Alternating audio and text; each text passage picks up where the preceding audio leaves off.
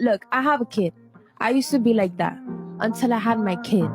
Now that I have my kid, like, I might be this, oh, I'm a boss bitch, da, da, da. But deep down in my heart, I would do absolutely anything to be at home and be, like, always with my child. There you go. But unfortunately, and have a man protecting you. Stop acting like, stop leaving out the man part. Yeah. Because for you to be home with your child, that means you got a man holding you down, yeah, protecting you. And that's what I'm saying. Like, he's right, and that shit's hard. Like, but unfortunately, since I'm by myself, I gotta hustle, you know. Yeah. But I would do anything to have a man. Like, that's what we saying. That's exactly. Thank you. God bless you. God bless you for telling the fucking truth. God bless you for telling the truth.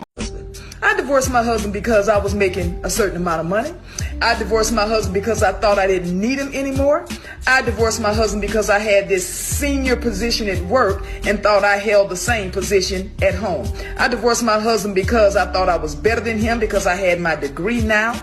I divorced my husband because I thought a successful marriage meant I was here and he was down here. That is not success. That's fucking sickness. I found myself divorced and out there looking for love in all the wrong places. And this one and that one and that one and that one and this one and that one.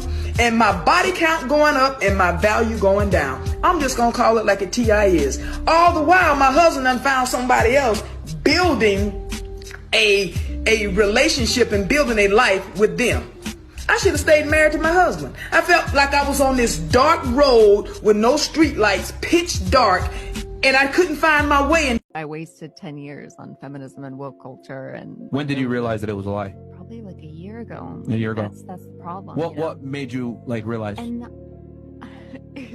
it's interesting. Like, I started really listening to Andrew Tate's like long form content. Yeah, nice. And understanding truly what he meant. Yeah. And it really changed everything for me. Okay. And how I viewed men and women and relationships. So you think the biggest lie of feminism was a lie? I guess. Yeah. Fair enough. Unfortunately. What's the biggest lie that feminism sells women, in your opinion? That women don't need a man. I can't stop crying. I'm happy and I love my life, but I feel so goddamn lonely and it terrifies me. Everyone's getting married or having kids and starting a new chapter in their life with their friends and whatnot, and I'm just here on my own, in my own home, working and surviving. And I don't know what to do. I don't know if it's just me who's experiencing this, but I just feel so lonely and it's scary. I've done really well for myself in my career, and I'm ambitious, and it seems to be something that is like desired because it's like, I don't know, a prize to be won. But then once I actually open up and like in the dating world and like let someone in, then they get bored or they don't see the value. And I was passed up on an opportunity this week as well. And then also the guy I was dating, it just, I guess, didn't work. Modern women are rapidly starting to realize what men have been saying all along. Feminism is a toxic trap that has ruined society and turned men and women against each other. Hell, it's even turned women against each other and against their own nature. And now we're seeing the effects of it all over social media. These women can't help themselves. When they are desperate, lonely, and single, social media is the last place to turn to. And it isn't pretty. But to be honest, it's hard to feel sympathy for these women when this is how men have been treated the whole time. Take a look at some of these comments from a random post in the feminism subreddit and you'll see what I mean. It's as if they all had a meeting and set the bar low. Many men are really very stupid, yet they also tend to think they are more intelligent than women. So pathetic. Not to mention disloyal and untrustworthy. Men are better in the bedroom as they age, but they are still abusive, immature, jealous, and entitled. Unfortunately, in my experience, I never met a man who didn't felt he had to have the last say, to be honest. I get along with men acquaintance. But yes, most of them see women as a service or such. That's so disappointing. This is what modern women have been reduced to. Drinking box wine, filing papers until 1 a.m. for a boss who doesn't respect her time, and the constant man-bashing because Chad didn't text her back. It's a terrible and cold existence. And women chose this for themselves. It doesn't matter how much cope they try to pour on everything. No amount of it will cover up the truth. And that truth is that modern feminism has completely ruined the lives of countless women. This isn't a shock. It's not as if feminism is a solid philosophy and it's just been taken out of context by too many people. Feminism, at its core, features some of the most damaging and dangerous ideas to modern society.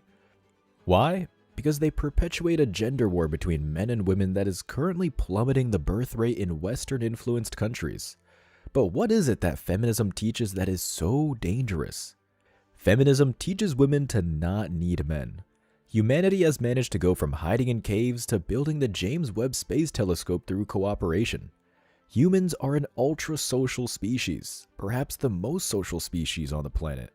The environment in which our ancestors lived was harsh and deadly. If a lion didn't eat you in your sleep, maybe a poisonous snake would bite you and your leg flesh would slowly rot away from necrosis. If you were not working constantly to feed your tribe, there was a very real possibility that you would all die of starvation before the winter snows thawed. Disease, tribal conflict, predators, the elements, you name it. Back in the day, nature was out to kill us, and cooperation was the only hope we had of survival. Men and women had to take full advantage of our natural strengths in order to survive, and we had to learn how to use them in complementary ways. We had to fight together, and against all odds, we succeeded. Men and women successfully became the masters of nature, and we did it together. Now, fast forward to the present day, it's become a cancelable offense to even say what a woman is. There are apparently 100 different genders. Men are pigs, misogynists, and abusive narcissists. To be a housewife is to be subservient to an oppressive dictator. Under this kind of totalitarian feminist rhetoric, women have been driven away from their families and their homes and into the office to compete with men. Feminism went from appreciating men and supporting them to aggressively spitting in their faces saying, "We don't need you and we never did," with a kind of childish ungratefulness. The same beautiful cooperation that allowed humans to reach the stars is dead, and feminism killed it and burnt the corpse. Feminism is a scam. A few years ago, I was an angry, blue-haired feminist. I once believed that male privilege was real and that I was a victim of the wage gap. Now that I understand the true motives of feminism, I know that this could not be further from the truth, and that modern-day feminism is a war on true masculinity. Before women had the right to vote, most were stay-at-home wives, which meant they weren't working jobs and couldn't be taxed. Our overlords didn't like that. Rockefeller started funding feminist campaigns in media, and as a consequence of the movement, women started entering the workforce and leaving the home. Children would then be separated from their parents and sent to Rockefeller-funded schools to be indoctrinated by the state. All of this ultimately disrupting the family unit at its core. Feminism is defined as the belief in social, economic, and political equality of the sexes. But in the West, I must ask, what rights do men have that women don't? Modern feminists are convincing women that hookup culture, using hormonal birth control, and not shaving is liberation. That toxic masculinity is prevalent and the patriarchy must be dismantled. Through movies and media, we're taught that working for the man, climbing the corporate ladder, and paying tax is more empowering and valuable than raising the next generation. Women have lost touch with our natural loving instincts, and birth rates are plummeting. Men and women are not the same. And by protesting for equality of outcome rather than opportunity, feminists are demonizing and emasculating.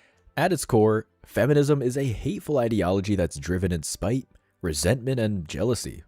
Like any ideology, it's driven along by a few influential individuals. These individuals bring their own emotional baggage into the world where it infects tens of millions of women. Feminism teaches women to stop being mothers. This is an issue that feminism has so far completely failed to get past. Motherhood and mothers are a constant pain in the ass for feminists because they stand against practically everything feminism is about. A feminist will tell you that it's okay for a woman to be a mother because feminism is about equality, don't you know?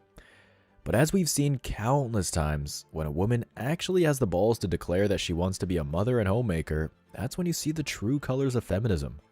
The shame, the guilt, the manipulation, and the sharp female aggression.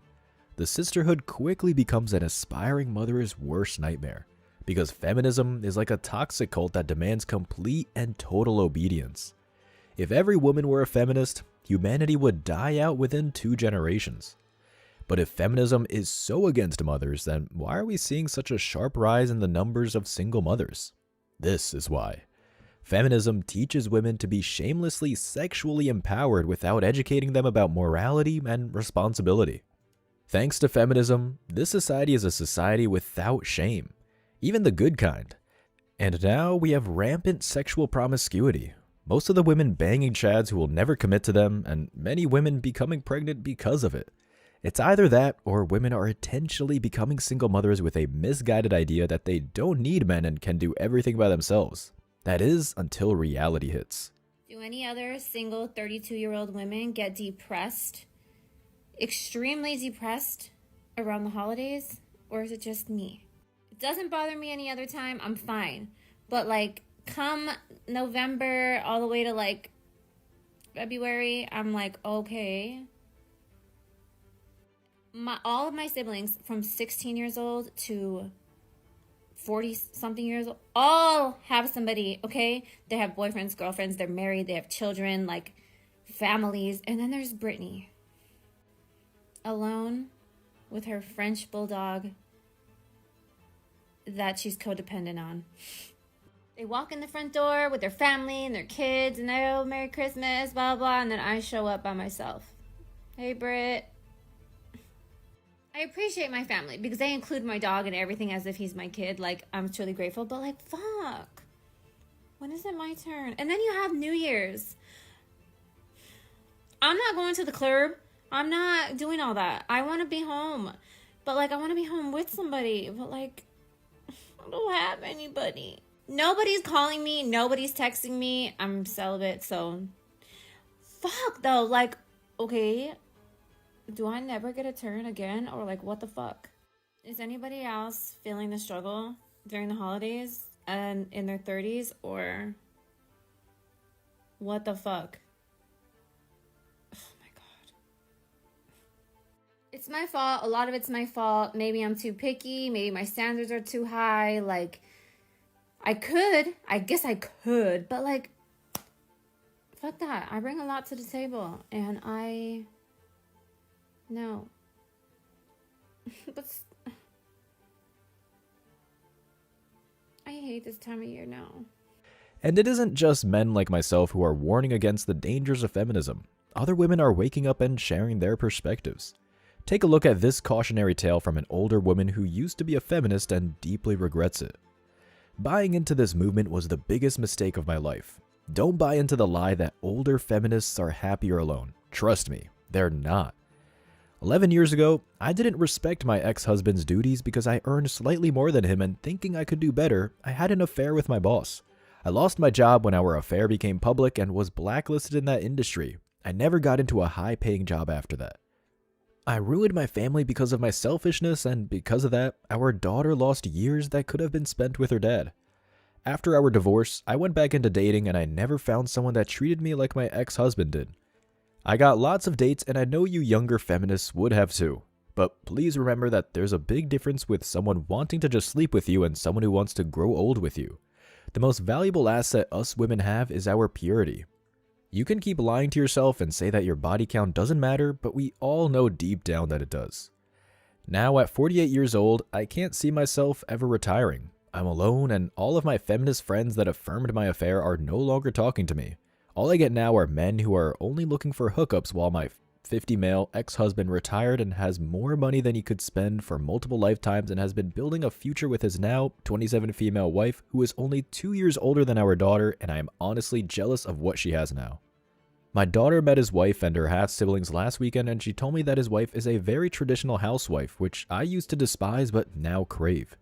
Before we got married, he told me that his goal was to earn a lot of money that could provide for our family so that I won't ever need to work so I could focus on our kid, and it used to offend me because as a feminist, I thought I never wanted to just be that and wanted to build something for myself.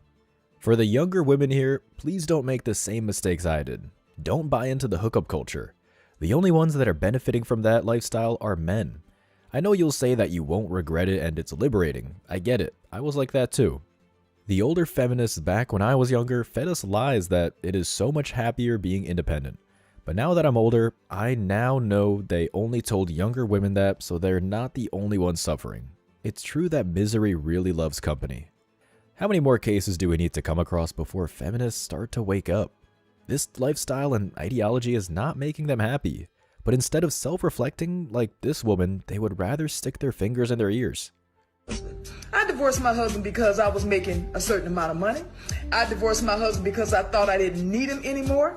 I divorced my husband because I had this senior position at work and thought I held the same position at home. I divorced my husband because I thought I was better than him because I had my degree now. I divorced my husband because I thought a successful marriage meant I was here and he was down here. That is not success. That's fucking sickness. I found myself divorced and out there looking for love in all the wrong places. This one and that one and that one and that one and this one and that one. And my body count going up and my value going down. I'm just going to call it like a TI is. All the while, my husband done found somebody else building a relationship and building a life with them. I should have stayed married to my husband. I felt like I was on this dark road with no street lights, pitch dark, and I couldn't find my way. Body count going up, value going down. This woman made some absolutely brilliant points and I admire the honesty. Younger women should absolutely watch this kind of content, but sadly, I don't see that happening in massive numbers yet. The only time a woman will ever really self-reflect is if something bad happens to her. Take a look at this feminist who got dumped by a guy who refused to play the whole feminist game anymore. I don't even know this man and I admire him for spotting the red flags and getting the hell out of there. Listen to this and tell me what you would do if you found yourself in a relationship with this kind of woman. My now ex-BF dumped me last night because I am a feminist. Well, he said it's because I identify as one, and the modern feminism has basically caused the downfall of a ton of things, the family unit and masculinity, and is stupid. And a dirty word. He believes there isn't any gender inequality to speak of and made tons of excuses pertaining to the wage gap. Before this, we were planning on moving in together in a few months. I thought we were going to build a life together. Then he comes to me and tells me he thinks I'm misandrist, although he didn't use that word, but it's the word he should have used, because I post stuff about dismantling the patriarchy and shit talking about the dusty white billionaires. Then he kept talking about how I clearly enjoy more feminine tasks like cleaning and whatnot, and maybe I'd feel less stressed about life if I filled it with those types of tasks like organizing, basically homemaking. He also disagrees with women using the term bad bitch as a power anthem. He says we sound ignorant and dumb. He thinks the use of it is toxic femininity and trashy. He also said he would not raise his daughters to be independent or a feminist, but instead to need a romantic partner, which is something I vehemently disagree with. We should teach kids to be whole and self-sufficient and fulfilled with themselves and choose to have someone be in their life, not need them. This woman is waving more red flags than the Soviet Union. Who in their right mind would defend using a term like bad bitch as a power anthem unironically? And notice how she corrected his language? This is just a small percent of the headache of being with a woman like this. But the sad thing is, the comments I pulled to show you at the start of the video were from this post. None of the sisterhood came out to actually tell this woman what she needed to hear. I just told her what she wanted to hear and confirmed all of her toxic beliefs to herself. This is how we know she will end up just as sad and lonely as any feminist who fails to change. As always, I wish you tremendous success. Now it's your turn. What do you think? Let me know your thoughts in the comment section below. Remember that if you leave the best comment, you'll get $5. Thank you so much for watching. If you found value in this video, hit the like and subscribe buttons, ring the notification bell so you don't miss out on future uploads, drop a comment, and share it. See you in the next video. Till next time.